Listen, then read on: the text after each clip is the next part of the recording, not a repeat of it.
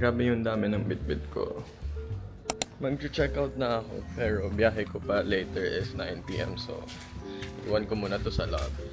First agenda today is kumain ng lunch sa merienda. Sabi nila masarap daw yung kare-kare doon. Wow! Looks yummy. Yummy to go.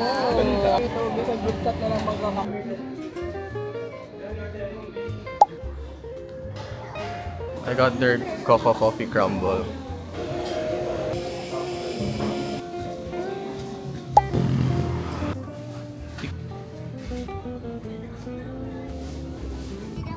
Last day! I got their dirty horchata ulit. Ito sinigang sa batuan.